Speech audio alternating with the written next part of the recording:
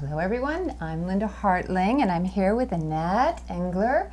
I'm really happy to be with you here again, Annette, because there are so many gifts that you're offering our Human Dignity Humiliation Studies Network.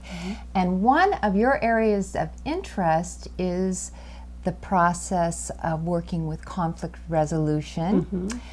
And in our conversations, Evelin and I have talked about how you exemplify an understanding of conflict that recognizes the bidirectional change nature of conflict.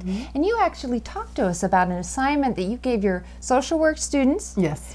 Social work students that illustrated a shift in the focus in dealing with conflict. And I would like to invite you to talk about that a bit. Yes. One of the things that we talked about is, and I think you and I talked about this earlier, which is substance without meaning. Yes, yes. And so one of the concepts that I focused on with the students is it's not so much about the substance of humanity as much as it is about the meaning that humanity brings to us in terms of understanding. So when you say substance, that means? That means the mechanics, bigger picture, where we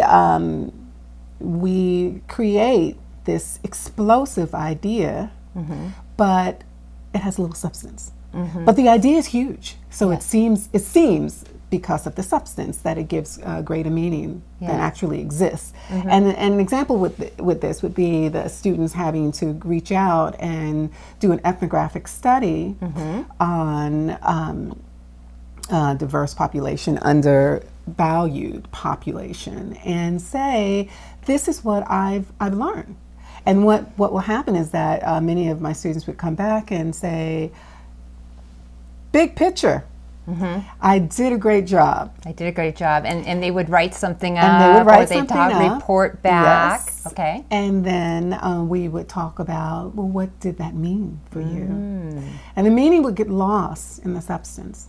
So we would talk about the big picture, and I mean, they would express this huge, beautiful portrait of humanity, but the figures in the portrait or things in the portraits become faint because there was no nurturing of humanity. So I challenge my students to nurture that experience by sitting down and saying, what did you experience? What has happened to you as an individual? So they're challenged to do that. They're challenged to reflect on the process of being human. So being in the midst of this, and it's really been an amazing process. I get that. I really think that's an example of what Evelin and I have talked about, which is the shift from sort of separate knowing, where you're looking at something and describing what's going on, to that sense of connected knowing, where you still know what's going on, but you're really connected into the sense of humanity in the experience simultaneously. And I think that's what this example illustrates. It really does, and it illustrates also the observing human dignity. Oh, I mean, the students would say it exists, but we observe the evolution of it inside of another person. Oh, you know, that, and it also strikes me, Annette, that your students are not only listening to the context, but they're listening to their relationships within the context and using that as part of their learning. Exactly. So that is a big step, and again, I just honor you for the work that you're doing with your social work students and bringing their awareness to a point where they're really exemplifying study and practicing equal dignity in the process. Absolutely. So, thank you very much. Thank you.